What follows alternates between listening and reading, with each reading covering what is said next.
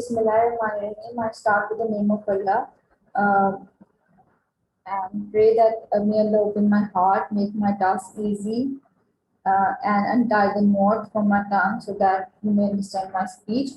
Today we will start our course of microeconomics. We follow the book of Mankey, Principle of Microeconomics. Before we start, you must know the main where economics we normally apply, like when we talk about inflation, when we talk about budget, accounting, and there are so many other words that we know daily use applied economics, right? 10 principles of the content of the topic is like it's as follows. First, we discussed the principle of microeconomics. We have divided the 10 principles majorly into three components. First is how people make decisions. Second, how people interact, and how people work, economic work as a whole, right? What is economics? This is for those who don't know the concept of economics. Economics comes from the Greek word, which is oikonomos, which means who manage households. A household faces many decisions. Like which household member do cook, which who does the laundry, who get the extra dessert or at dinner, etc. Like household, a society face many decisions. A society must decide what job will be done and who will do that.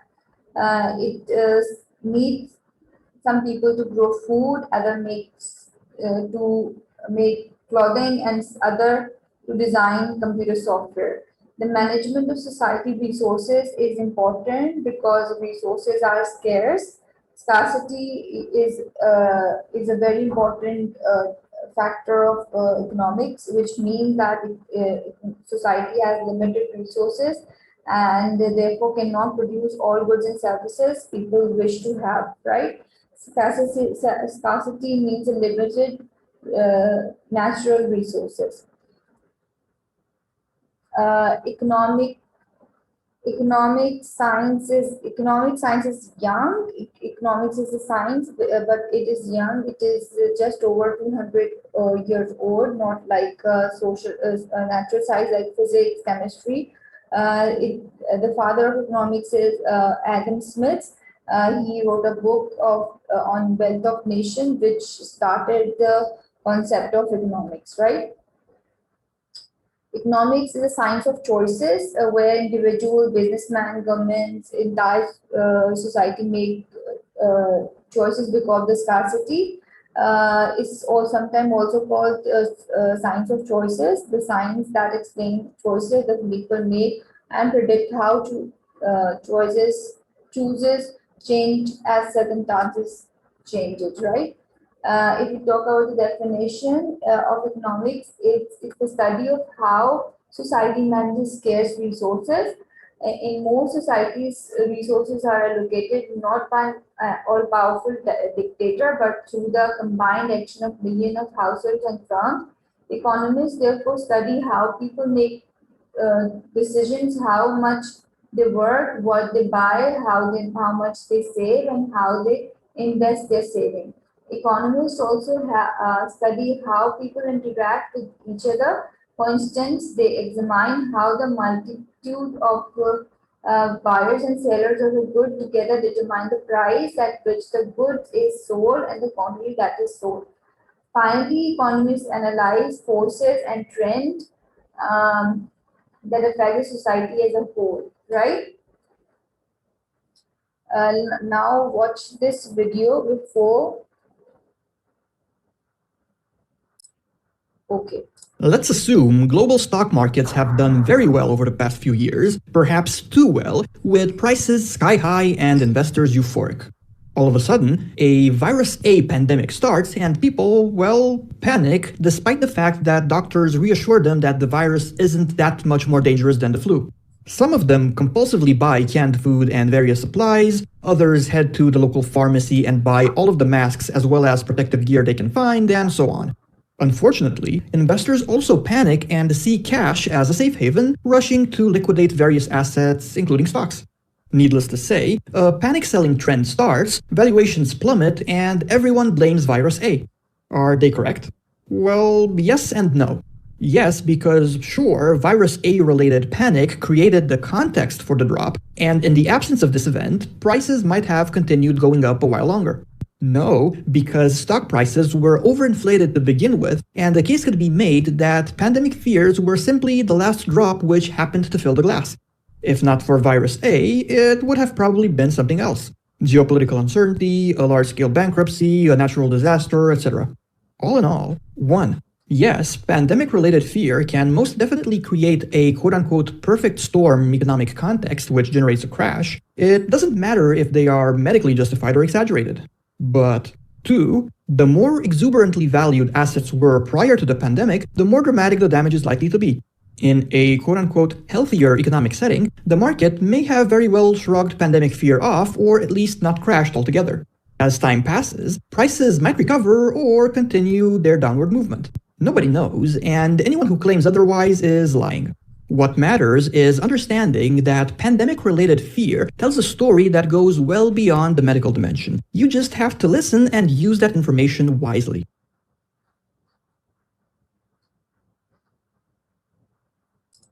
This videos belong to the global pandemic, where people get panicked because of the pandemic, and the global stock market crashes, pandemic-related fear. We talk about medical justification and exaggeration, right?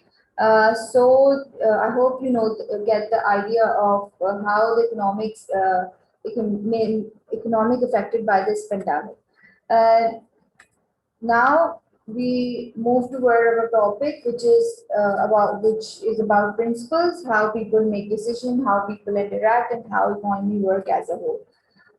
We already have discussed macroeconomics. The macroeconomics is divided into two majorly subcategories, majorly two subcategories, like microeconomics and macroeconomics. Microeconomics deal with individual businesses and business choices, and macroeconomic deals with the on aggregate level, on national level, global level. Like in microeconomics, why people are downloading more movies, good at text on download, change the number of movies downloaded can be answered. But in macroeconomics, the question why does the unemployment rate fluctuated can be answered. Economic question: how do choices end up determine what, how, and for whom goods and services get produced? We're skipping this. Okay.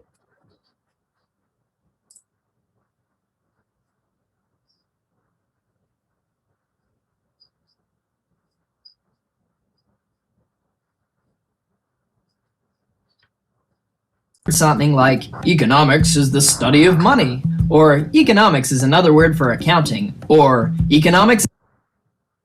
What is economics? The typical first-year student walks into his first economics class with very little idea of what economics is.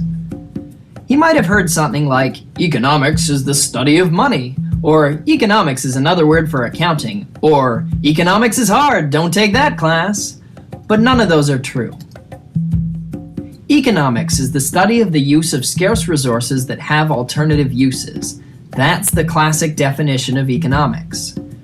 Basically, there are people, and people need resources to fulfill their desires.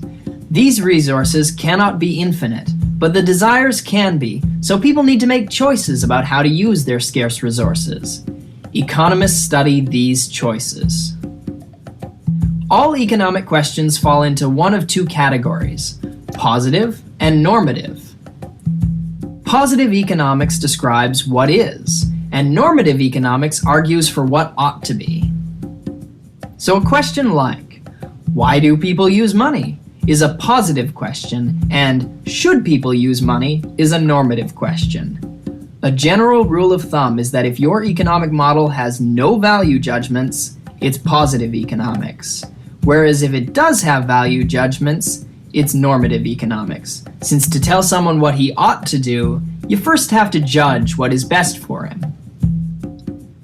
Economics is also divided into microeconomics and macroeconomics. Microeconomics studies the behavior of individual agents and markets, while macroeconomics studies the behavior of the entire economy. Economists also have their own branch of statistics called econometrics that specialize to analyzing economic data. Since economic data usually comes from the real world and not from controlled experiments, econometrics faces mathematical challenges that other fields might not. The tools economists have developed to study human behavior have broad uses outside of what we would traditionally consider economics. Economists study not only markets, but things like crime, war, the family, religion, culture, politics, law, and even genetics. That's why it's not unusual to see papers by psychologists, sociologists, criminologists, political scientists, anthropologists, biologists, neuroscientists, or legal scholars being co-authored by economists.